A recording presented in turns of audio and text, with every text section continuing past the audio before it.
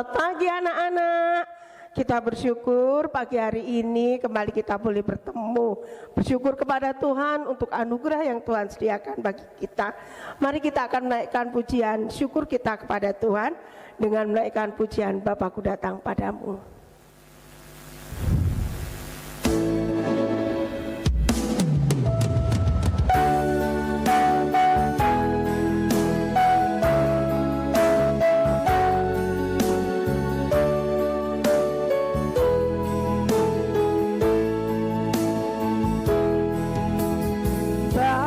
Bapakku datang padamu,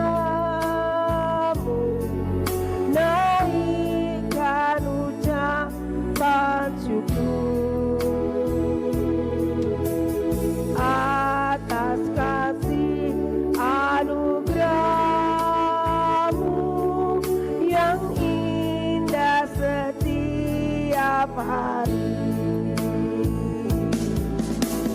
Pagi hari, siang hari, sore dan malam hari,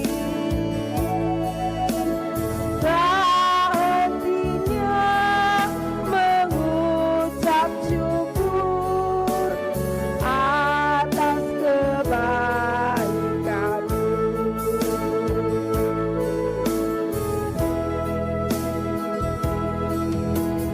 Bapakku datang padamu, naikkan ucapan syukur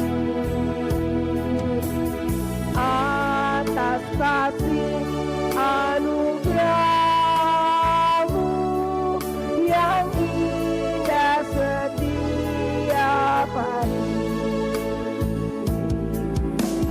Pagi hari, siang hari, sore dan malam hari,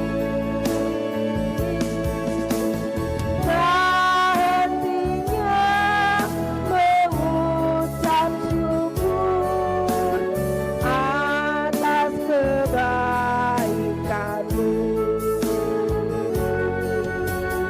Atas kebaikanmu. Anak-anak yang dikasihi oleh Tuhan, Tuhan Yesus selalu baik dalam kehidupan kita. Karena itu dia juga ingin kita baik kepada orang lain, kita mengasihi orang-orang yang ada di sekitar kita. Mari kita akan menaikkan pujian, Ku kasihi kau dengan kasih Tuhan.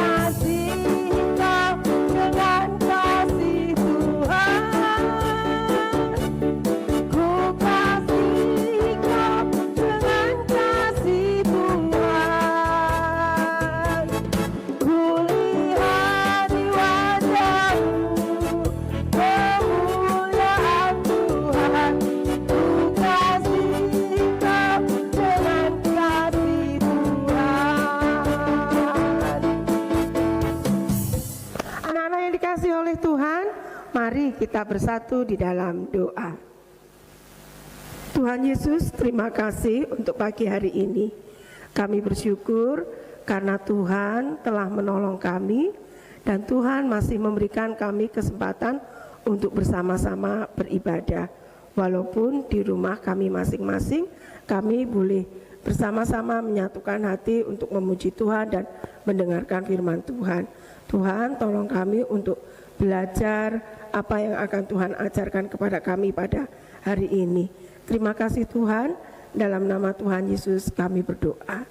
Amin. Anak-anak yang dikasihi oleh Tuhan, masih ingat Bapak Paulus? Iya, minggu lalu kita sudah belajar bagaimana Bapak Paulus memotivasi Timotius untuk hidup berdisiplin seperti seorang olahragawan. Nah, Bapak Paulus dia sering memberitakan tentang kasih Tuhan ke berbagai kota. Satu kali Bapak Paulus pergi ke kota Korintus. Di Korintus ini banyak sekali penduduknya. Mereka terdiri dari berbagai suku bangsa. Nah, anak-anak yang dikasih oleh Tuhan Yesus, selama di kota Korintus, Bapak Paulus menceritakan tentang kasih Tuhan kepada orang banyak, sehingga banyak orang mau percaya kepada Tuhan Yesus. Banyak orang mau menerima Tuhan Yesus sebagai Tuhan dan Juru Selamatnya secara pribadi. Hari berganti hari, minggu berganti minggu, semakin hari jumlah orang percaya di Korintus menjadi sangat banyak. Nah, jemaat ini semakin hari semakin bertumbuh dan semakin banyak jumlahnya. Waktu terus berlalu. Tuhan mulai memperlengkapi jemaat Korintus. Di jemaat Korintus ada yang diberi kemampuan oleh Tuhan, ada yang punya kemampuan untuk mengajar, ada yang punya kemampuan memimpin, ada yang punya kemampuan untuk menasehati. Wah, jemaat ini menjadi sangat bertumbuh. Tapi sayang, dengan berjalannya waktu, apa yang dimiliki oleh orang-orang yang diberikan oleh Tuhan itu membuat mereka berubah. Mulai di antara mereka ada yang sombong, merasa dirinya paling hebat. Yang pandai mengajar merasa, akulah yang pandai mengajar, yang lainnya enggak. Yang punya karunia memimpin selalu bilang, kamu harus taat. Saya diberi karunia memimpin oleh Tuhan. Wah, mulailah ada permasalahan di antara jemaat Korintus. Ada yang karena dia merasa tidak punya kemampuan, dia menjadi minder. Dia merasa, saya nggak mau lagi. Ada yang diberi kemampuan menjadi semakin sombong, merasa dia hebat. Wah, hal itu membuat Bapak Paulus sangat sedih. Jemaat yang diharapkan bisa bertumbuh, mengasihi satu dengan yang lainnya, ternyata hampir terjadi perpecahan. Karena di antara mereka saling menyombongkan dirinya. Hal itu membuat hati Pak Paulus sedih. Sehingga Pak Paulus mulai mengingatkan mereka. Wah, Pak Paulus gak bisa datang ke kota Korintus. Apa yang dilakukan oleh Bapak Paulus? Pak Paulus mulai menasihati mereka dengan cara mengirim surat. Pak Paulus mengingatkan mereka bahwa mereka itu orang-orang yang dikasih oleh Tuhan.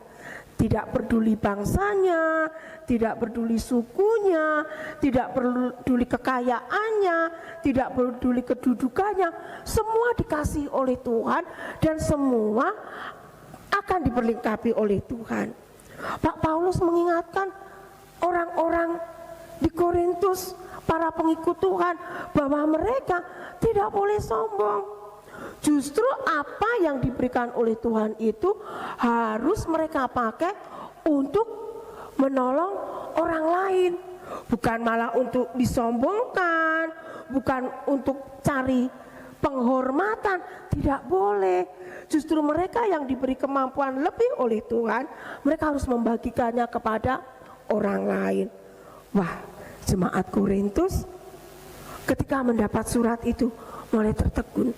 Mereka menyadari bahwa ternyata di balik kemampuan yang diberikan oleh Tuhan kepada mereka, Tuhan ingin mereka menjadi berkat bagi orang lain. Tuhan ingin mereka hidup tertib, sehingga kemampuan yang diberikan oleh Tuhan kepada mereka dapat menjadi berkat bagi orang lain, bukan malah menimbulkan perpecahan. Nah, kisah ini tanpa kita sadari sering terjadi di dalam kehidupan kita. Tuhan juga memberikan kemampuan, kelebihan kepada kita. Mungkin ada yang diberikan kepandaian lebih di bidang bahasa. Mungkin ada yang diberi kemampuan pandai menyanyi, pandai berpidato, pandai maths sampai ikut olimpiade, pandai IPA, pandai olahraga. Nah, kemarin ada ya yang jadi juara bulu tangkis. Nah, kemampuan yang Tuhan berikan itu diharapkan oleh Tuhan tidak untuk kesombongan kita, tetapi dengan kemampuan yang kita miliki, Tuhan ingin kita berbagi dengan teman-teman kita. Kita boleh menyalurkan kepandaian kita untuk teman-teman kita yang kurang. Kalau ada teman yang kurang pandai bahasa Inggris, ternyata kita pandai bahasa Inggris, kita boleh ajari mereka. Kalau teman tidak pandai komputer, kita pandai komputer, kita boleh ajari mereka. Tuhan ingin kemampuan yang kita miliki itu dijadikan berkat untuk orang lain, bukan untuk kemuliaan diri kita, bukan untuk kesombongan kita. Bukan bilang, aku loh pandai math, aku loh juara bulu tangkis, tak ada yang bisa mengalahkan aku. Lalu susah dinasehati, lalu pilih-pilih kawan. Tuhan tidak suka demikian. Tuhan ingin kalau kita diberi kemampuan yang berlebihan, lebih dari orang lain, Tuhan ingin kita membagikannya kepada semua orang, sehingga kehadiran kita dapat menjadi berkat bagi orang lain. Nah, anak-anak yang dikasihi oleh Tuhan, bagaimana dengan kita? Coba kamu pikir, kira-kira apa kelebihan kamu dibandingkan teman-temanmu? Coba pikirkan dulu. Kalau sudah, kira-kira selama ini kamu gunakan untuk apa kelebihanmu? Apakah untuk dirimu sendiri atau kamu bagikan kepada orang lain? Kalau selama ini ternyata masih untuk diri saya sendiri, minta ampun sama Tuhan. Mulai pikir, saya bisa bagikan kepada siapa ya? Tuhan ingin kita menjadi berkat bagi orang lain. Jangan sampai karena kemampuan yang kita miliki, yang diberikan oleh Tuhan kepada kita itu justru membuat terjadinya perpecahan, perselisihan antara satu dengan yang lainnya. Mari kita berdoa. Tuhan Yesus, tolong kami untuk tahu kemampuan kami. Kami bersyukur karena Tuhan menciptakan kami istimewa dan memberikan kemampuan kepada kami. Ampuni kami kalau selama ini kami tidak menggunakannya dengan baik, bahkan mungkin kami menyombongkan diri. Padahal apa yang kami miliki itu berasal dari Tuhan. Tuhan tolong kami untuk mampu membagikannya dengan orang lain, tidak egois. Terima kasih Tuhan, dalam nama Tuhan Yesus kami berdoa. Amin.